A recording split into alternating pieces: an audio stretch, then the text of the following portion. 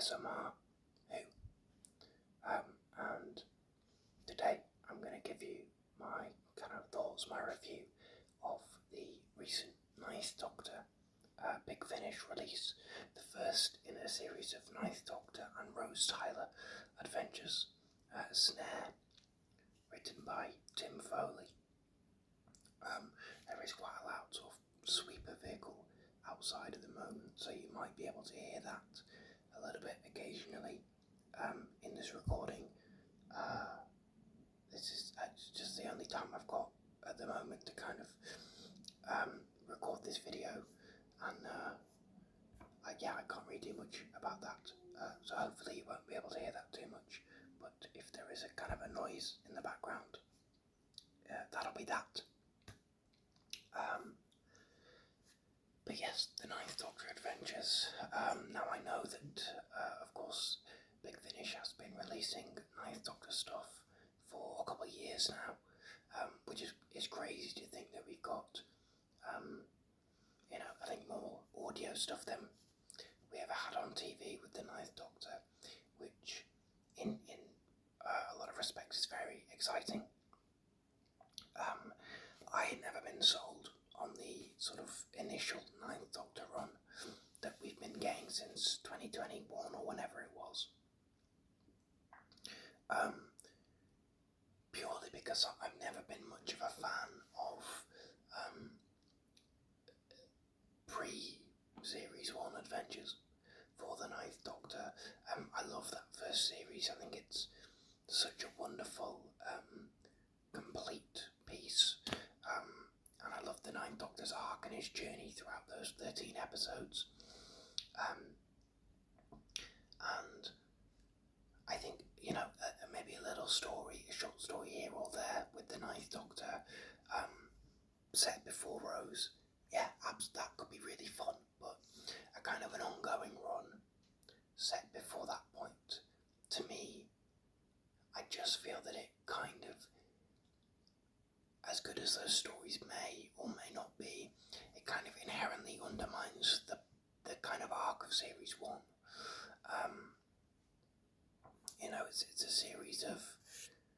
It's a series where the Doctor kind of,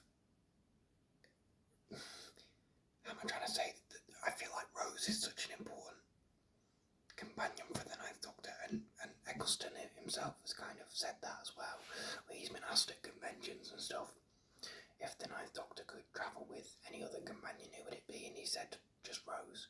She's the only one for him. So yeah, I feel like Rose kind of teaches the Doctor how to do Doctor Who again, in a way. That's the way I kind of interpret that dynamic in that series, as he hasn't been kind of doing adventures really, certainly not for very long before he meets Rose.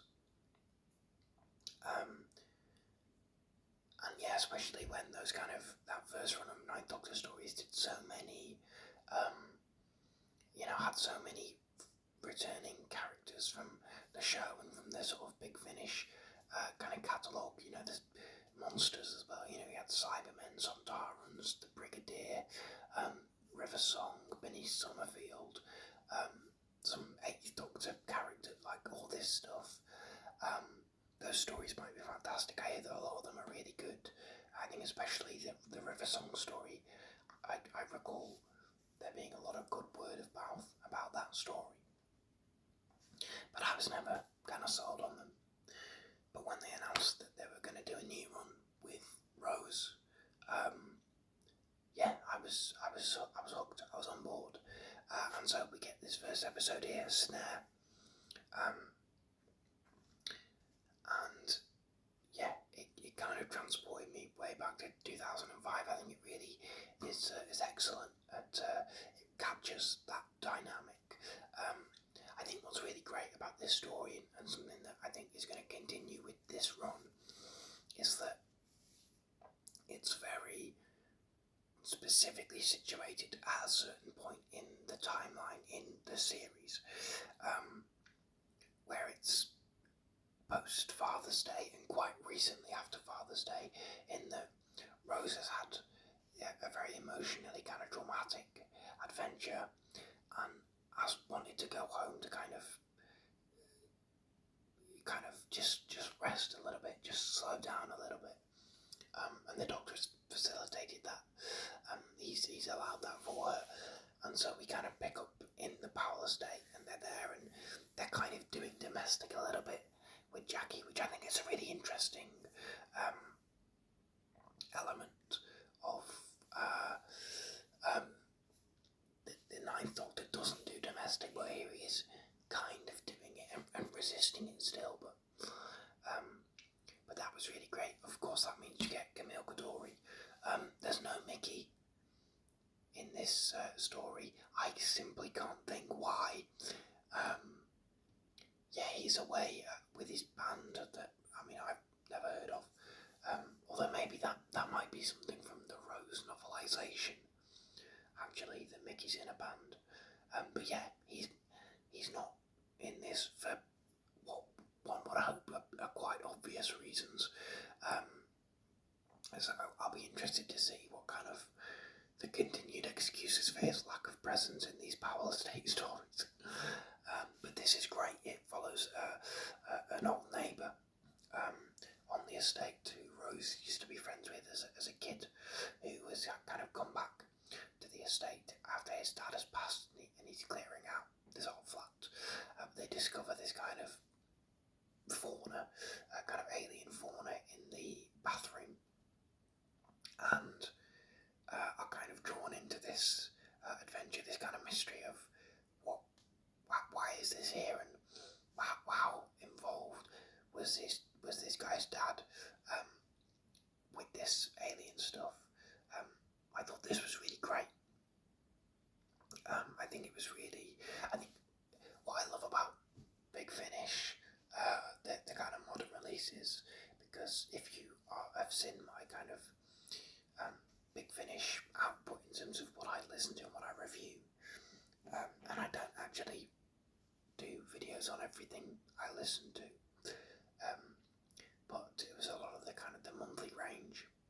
I listened to the first 50 of those, and I've actually carried on with the Eighth Doctor stuff. So I've listened to the two series of the Divergent Universe stuff.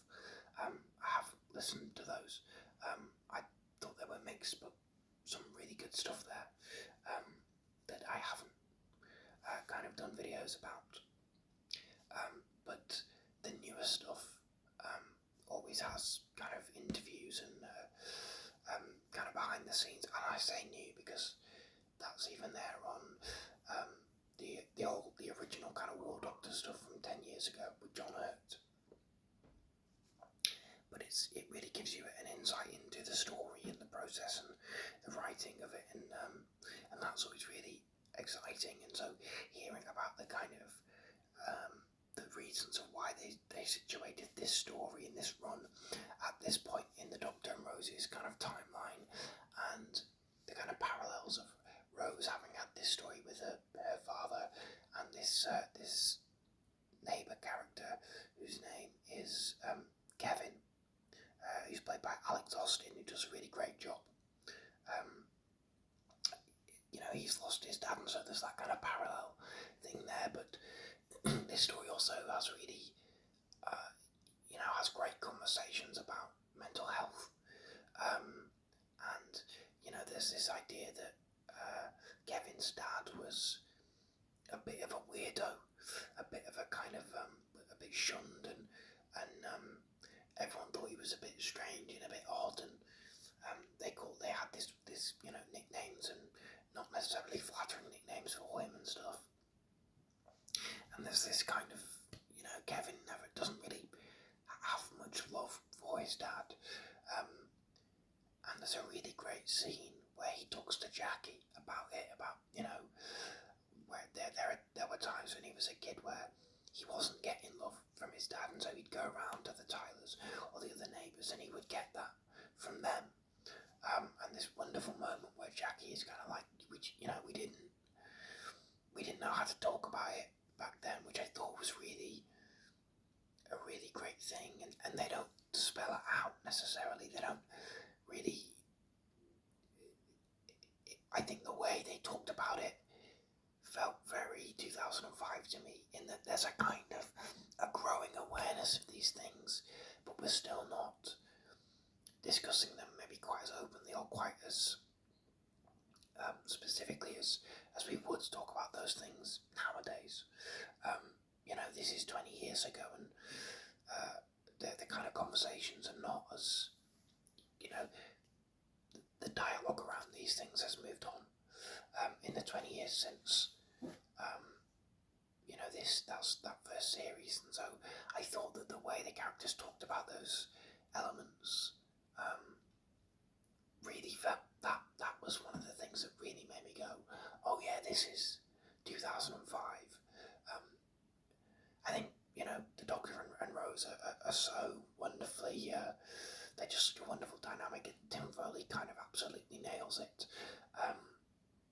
There's a kind of there's still obviously that animosity with Jackie and the Doctor, but there is also a kind of a growing sort of respect there, certainly from Jackie's side, and I think from the Doctor's, but he would never say it, where she is kind of like, the Doctor will figure this out, he will sort this out,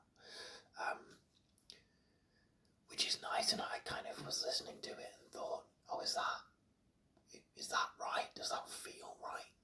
That she's kind of okay with him at this point? But then, because in my memory, Jackie, it kind of doesn't like the Doctor at all. Certainly in series 1, and kind of until he turns into David Tennant. But I thought about, again, where this was placed. We've come off the back of Aliens of London, where there's been that animosity, absolutely, but he has saved the day, he has saved the world. And he's now brought Rose back, and she's here and she's with them. Jackie doesn't actually meet the Ninth Doctor again after that point. Obviously she's in Father's Day, but it's in the past. She doesn't show up in Boomtown, and then when she shows up in The Parting of the Ways, it's just Rose that she's there with. So I think it was a really interesting it's really interesting getting to see Jackie's relationship with this Doctor develop, because we kind of know where she ends up kind of landing on with him and with the 10th Doctor, but the 9th Doctor is a bit of a different kettle of fish, and so that was really fun and interesting to kind of get that dynamic. I also really like the fact that this is set on Earth, it is set in the Power State. I think we're going to get a few stories set in the Power State. I mean, the next episode is literally called The Last Days of the Power State.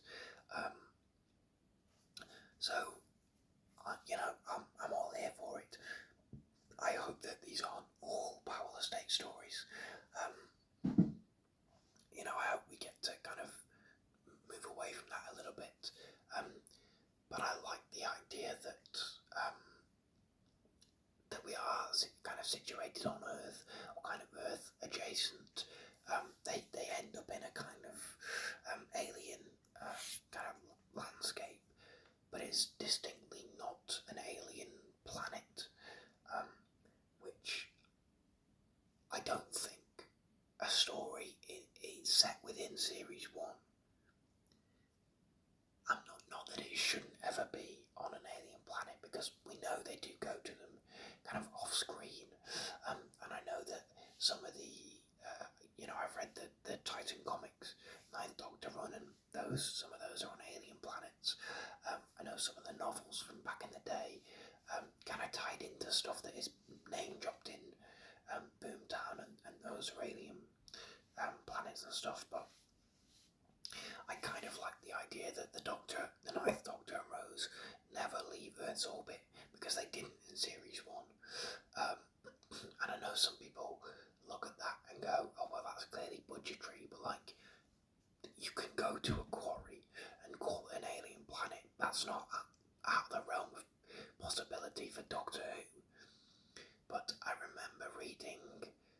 sure I've seen, at least in part, the kind of initial sort of pitch, kind of treatment for the first series that Russell wrote, where the idea that we never go beyond Earth is very, very deliberate, because you want the audience to care about the human drama of it. And of course, you can still do that in Alien Worlds, but I really like the fact that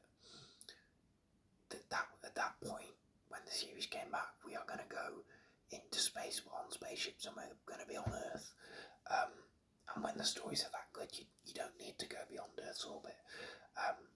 And so I quite liked that idea. I suspect we will get some alien planet stories, and that's fine.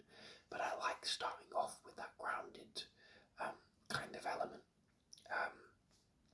Yeah, this was really, really good. I was hoping it was going to be good. I was hoping that it was going to kind of transport me and really feel like it belonged in that series, which I do feel is such a kind of a sacred sort of, as I say, it's a complete piece. And I do sometimes feel a little bit weird about adding to that, but this was a great start. So yeah, I'm excited to see where this goes. As I say, the next story is coming out in a couple of months, and that looks to be really exciting. So yeah, that's what I thought of Snare by Tim Foley, my kind of general thoughts. I talked about this one a little bit longer than I anticipated, but it was really good. I enjoyed it a lot. So yeah, let me know, have you listened to this story? I know I'm a little bit late to this one here. I am also intending at some point on talking about the most recent Fugitive Doctor set as well, which I have listened to those stories and not got around to talking about them, but I do want to.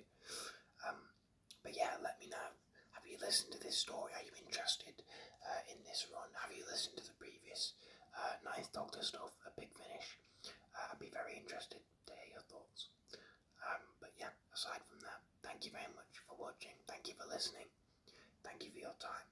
And I will see you for the next one in the last days of the Powell estate. Bye bye.